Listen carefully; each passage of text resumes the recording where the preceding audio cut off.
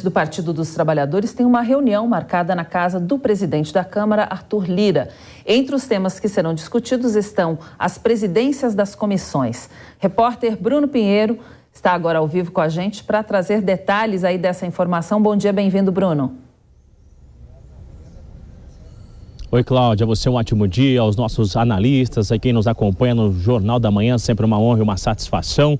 Esse encontro já está acontecendo, iniciou por volta de 8h40 da manhã, quando alguns líderes já começaram a chegar nesse café da manhã, que vai se estender e virar um almoço e até com a possibilidade de virar janta, porque um dia cheio aqui com várias articulações. Não existe almoço de graça, repito isso várias vezes aqui no Jornal da Manhã, e esse é mais um almoço que não é de graça. Na verdade, vão receber a fatura dessa articulação lá, dessa recondução de Arthur Lira à mesa diretora. Só para a gente entender, é um almoço que vai então chegar a um consenso sobre as comissões. São várias comissões na Câmara dos Deputados e aliados do governo Lula interessados diretamente na CCJ, que é uma espécie de um controle remoto na Câmara dos Deputados, o que vai ser levado em discussão no plenário. Ou seja, antes de ser colocado em votação, é analisado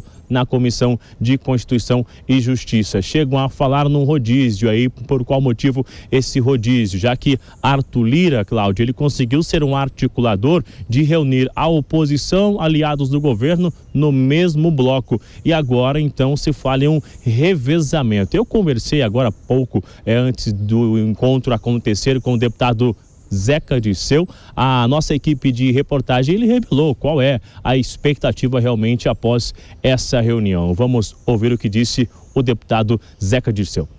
O que o PT garantiu no acordo foi a presidência da CCJ, que será o deputado Rui Falcão de São Paulo.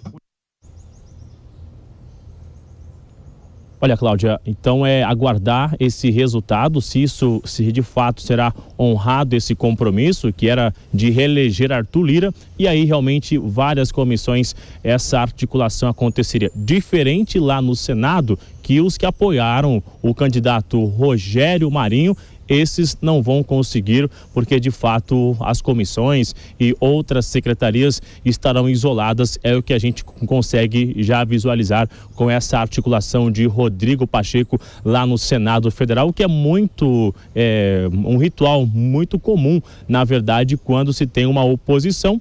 Do outro lado, não sobra quase nada. A verdade é, Cláudia, ninguém gosta de remédio amargo. Vamos aguardar essa negociação de hoje então, né?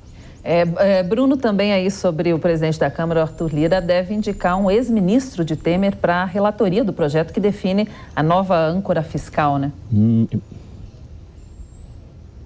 Exatamente, a indicação de Mendonça Filho é um nome de Arthur Lira, que lá em janeiro ele já havia sinalizado que seria o nome sobre a nova âncora fiscal quando chegasse lá no Congresso, na Câmara dos Deputados, e existe uma escolha do governo Lula e de Fernando Haddad de iniciar também esses assuntos lá no Salão Verde, na Câmara dos Deputados. E aí por qual motivo? Porque a vitória de Arthur Lira, ela foi uma vitória esmagadora, como é chamado entre os aliados. Então, haveria número suficiente para conseguir se aprovar lá no Salão Verde e, na sequência, encaminhar ao Senado no Salão Azul. Então, essa discussão já está certo.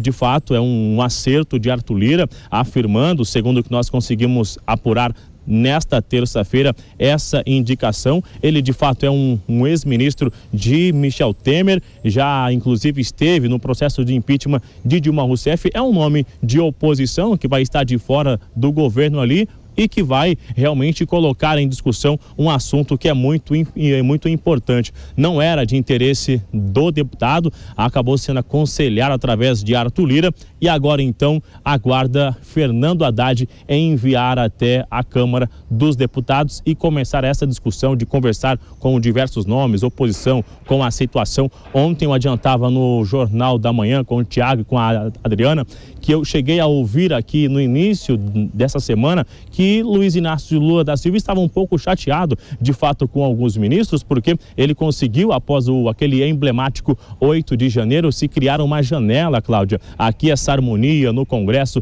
reeleger, reconduzir os presidentes à mesa diretora, só que os ministros não haviam enviado nada, nenhuma agenda no Congresso Nacional para colocar em votação na tentativa de otimizar, de aproveitar essa relação, essa janela que foi estabelecida. Houve uma cobrança muito incisiva, então a expectativa é que a partir de agora começam a enviar e aproveitar esse relacionamento, essa lua de mel, se é que ainda existe uma lua de mel entre o Congresso e o Palácio do Planalto. Então, se começando lá na Câmara, é importante ir no Senado, onde é a casa revisora, e a expectativa é de começar justamente no Salão Verde, onde acreditam conseguir a maioria de votos. A gente continua acompanhando, Cláudia.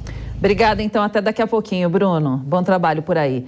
A gente já chama o Cristiano Vilela também para comentar esse assunto. Essas barganhas que acontecem nesse período são normais de acontecer, né? Como é que você viu a indicação aí do Mendonça Filho, do União Brasil de Pernambuco, ex-ministro de Michel Temer, para relatoria aí do projeto que será enviado pelo governo legislativo para definir aí as novas regras da âncora fiscal do país?